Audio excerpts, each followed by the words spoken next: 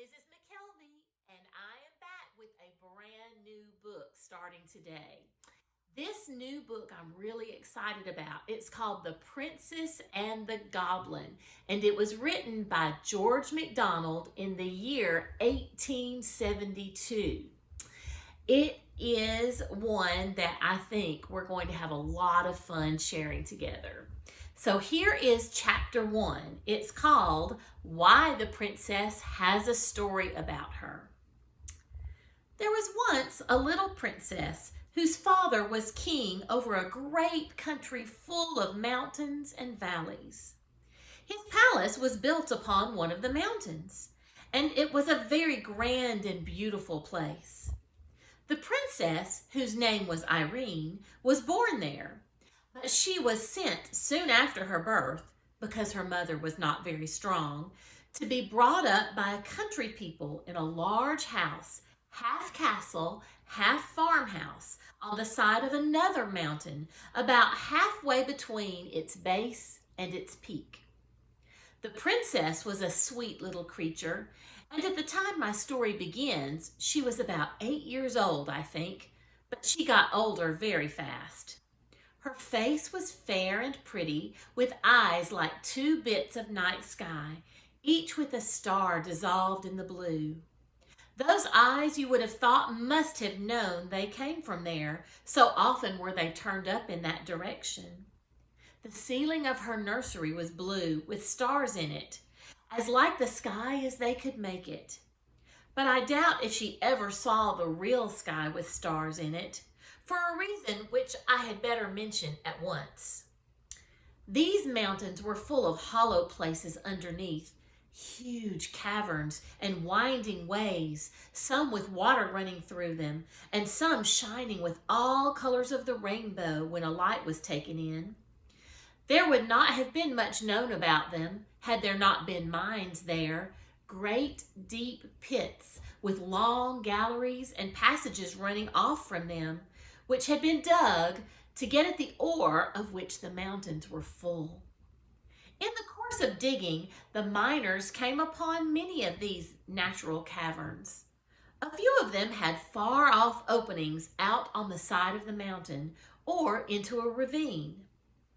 Now, in these subterranean caverns lived a strange race of beings, called by some gnomes, by some kobolds, by some goblins. There was a legend in the country that at one time they lived above ground and were very like other people.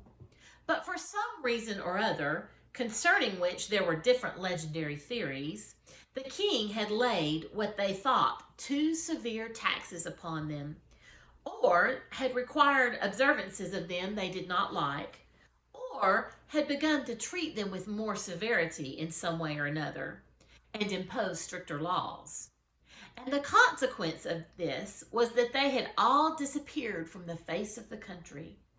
According to the legend, however, instead of going to some other country, they had all taken refuge in the subterranean caverns, whence they never came out but at night, and then seldom showed themselves in any numbers, and never to many people at once. It was only in the least frequented and most difficult parts of the mountains that they were said to gather even at night in the open air. Those who had caught sight of any of them said that they had greatly altered in the course of generations. And no wonder, seeing that they lived far away from the sun in cold and wet, dark places. They were now not ordinarily ugly, but either absolutely hideous or ludicrously grotesque, both in face and form. There was no invention, they said, of the most lawless imagination expressed by pen or pencil that could surpass the extravagance of their appearance. But I suspect those who said so had mistaken some of their animal companions for the goblins themselves, of which more by and by. The goblins themselves were not so far removed from the humans as such a description would imply. And they had grown misshapen in body, and they had grown in knowledge and cleverness. And now they were able to do things no mortal could possibly think of. But as they grew in cunning, they also grew in mischief. And their great delight was in every way they could think of to annoy the people who lived up in the open air above them. They had enough of affection left for each other to preserve them from being absolutely cruel for cruelty's sake to those who came in their way. But still, they so heartily cherished the ancestral grudge against those who occupied their former possessions, and especially against the descendants of the king who had caused their expulsion, that they sought every opportunity of tormenting them in ways that were as odd as their inventors. And although dwarfed and misshapen, they had strength equal to their cunning. In the process of time, they had got a king and a government of their own, whose chief business, beyond their own simple affairs, was to devise trouble for their neighbors. It will now be pretty evident why the little princess had never seen the sky at night. They were too much afraid of the goblins to let her out of the house at that time, even in company with ever so many attendants, and they had good reason, as we shall see by and by. Well, that's the end of the first chapter, but I've got some more thinking for you to do. First of all, I'd like you to try to figure out how old this story is. Do you remember what year I said it was written? The year 1872. So see if you can find out for next time how old this story is.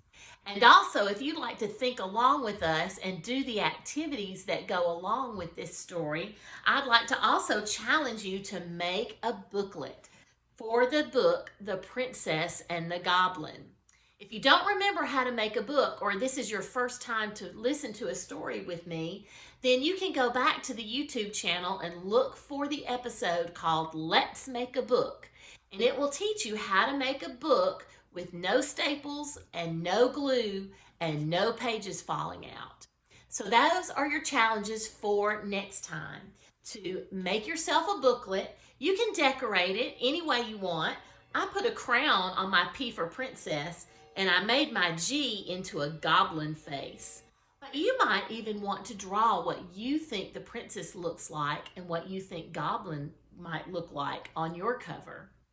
And then also to try to find out how old this story is.